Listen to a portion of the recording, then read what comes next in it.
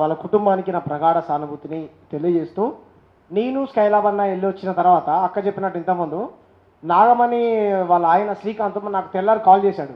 అన్న వచ్చారు, ఫోటోలు దిగారు, డామ్ డోమ్ జిందాబాద్ అన్నారు, వెళ్ళిపోయారు. తర్వాత ఫోన్ చేసిన నాదులు లేడు అన్నాడు. అంటే అన్న చెప్పినట్టు ఎందుకు మన పోరాటాలు సక్సెస్ అవ్వట్లే, ఒక్కరు నాయకత్వం వహించి ముంగట నడిస్తే వాడి నాయకత్వంలో నేను ఎందుకు పనిచేయాలి? మాలోడు చచ్చిపోతే మాలోడు నాయకుడు పోవాలి, మాదిగోడు చచ్చిపోతే మాదిగోడు పోవాలి.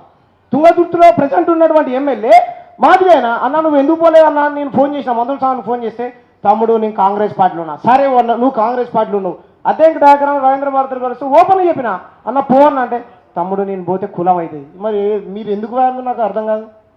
అంటే మాలోడు చచ్చిపోతే మాలోడు పోవాలా, మాదిగోడు చచ్చిపోతే మాదిగోడు పోవాలా? ముందు మనోళ్ళు దొంగలనా? మేము ఓపెన్ ఛాలెంజ్ చెప్తాం, మనోళ్ళు దొంగలు. సరే ఓకే, కాంగ్రెస్ పార్టీలో అక్కడ ఆయన పేరు ఏం పేరు చంపిన ఆయన వాళ్ళ అన్నలు కాంగ్రెస్ పార్టీలో తిరుగుతారు. టీఆర్ఎస్ వాడైనా రాజకీయం చేయడానికి ఓడిపోయిన గాదర్ కిషోర్ అయినా పోవచ్చు కదా, మరి ఎందుకు పోలే?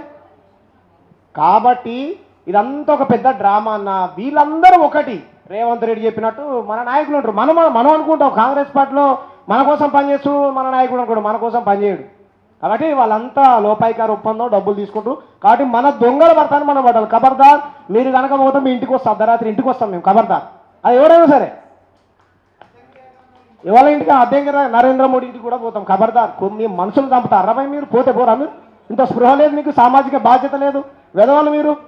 ఎవరైతే ఉంది మన కులపడైతే సమర్థిద్దామా, మందివాడైతే వ్యతిరేకిద్దామా? ముట్టడిద్దాం, 100% ముట్టడించాల్సిందే. కాబట్టి మేము అంబుల్ రిక్వెస్ట్ చేసి చెప్తా ఉన్నాం, దయచేసి పెద్దలు మీలాంటి వాళ్ళు ఇటువంటి దాడుల్ని ఖండిస్తే దానికి ఒక ఇది వస్తుంది. పెద్ద స్థాయిలో ఉన్న వాళ్ళు ఖండిస్తే మేము ఖండించలేక కాదు, పోలేక కాదు. అంబేద్కర్ని అవమానిస్తే డైరెక్ట్ 11 గంటలకు బీజేపీ ఆఫీస్కి పోయినాం, మేము అర్ధరాత్రి పోయినాం. ఖబర్దార్ రండి అని చెప్పినాం. బండి సంజయ్కి ఫోన్ చేసిన, చెప్పువా నువ్వు రాష్ట్ర అధ్యక్షుడు ఉన్నావు, క్షమాపణ చెప్పాను, ఫోన్ కట్ చేస్తాడు. నువ్వేం ప్రజాప్రతినిధివా? ఓ సామాన్యుడు అడిగిన ప్రశ్న సమాధానం చెప్పలేవు, నువ్వు ప్రజాప్రతినిధివి. కాబట్టి ఇటువంటి నాయకులు ఉన్నారన్న. అంటే ముందు మన బండారాన్ని కూడా మనం చెప్పుకోవాలి, మన అవతలకు అవకాశం ఇచ్చినట్టు. కానీ నేను మాట్లాడిన మన చిలుకూరు బాలాజీ టెంపుల్ గారు వీళ్ళందరూ వచ్చారు హిందూ సంఘాలలో. జైబీమ్ ఆయన వచ్చినట్టు, నాకు జైబీమ్ అంట, నేను జైబీమ్ అంట. నేను జైబీమ్ అని అయితే మీరు జై శ్రీరామ్ వాళ్ళని అడిగిన కరాట కళ్యాణి అవునన్నది. తర్వాత ఉండి శ్యామ్ గారు సనాతన ధర్మ రక్షణ కోసం కూడా మీరు పనిచేయండి అంటే, నేను పనిచేస్తాను మేడం, మీరు రాజ్యాంగ రక్షణ కోసం కూడా పనిచేయండి అని చెప్తాం. ఏమన్నా తెలుసా? ఒకటి అన్నది, మా హిందువుల మీద దాడి జరుగుతున్నాయండి, దేవుళ్ళ మీద బాగా దాడి. అంబేద్కర్ విమర్శకు అతీతుడు కాదు, నువ్వు మొక్కే దేవుడు కూడా విమర్శకు అతీతుడు కాదు. మేము 100% దేవుడిని కూడా విమర్శిస్తాం, అంతేగాని మేము దాడులు చేస్తా అంటే ఇది చేయము. అందుకే వచ్చినాం మేము అని చెప్పిన. అంటే మేము రావద్దా, ఖండించొద్దా? అంటే వాళ్ళు ఎటువంటి కేసులు టేకప్ చేస్తారంటే, తురుకొల్లు ఎవరన్నా మన దళితులను చంపిర్రా, నాగరాజును ఎల్బీ నాలో చంపాడు, ఎమ్మడే పోతాడు బండి సంజయ్ ఎటు పోయినట్టు. ఇంకేమో 128 కుల దురాహంకరచలు జరిగినాయి మన స్కైలబండ దగ్గర లిస్ట్ ఉన్నది.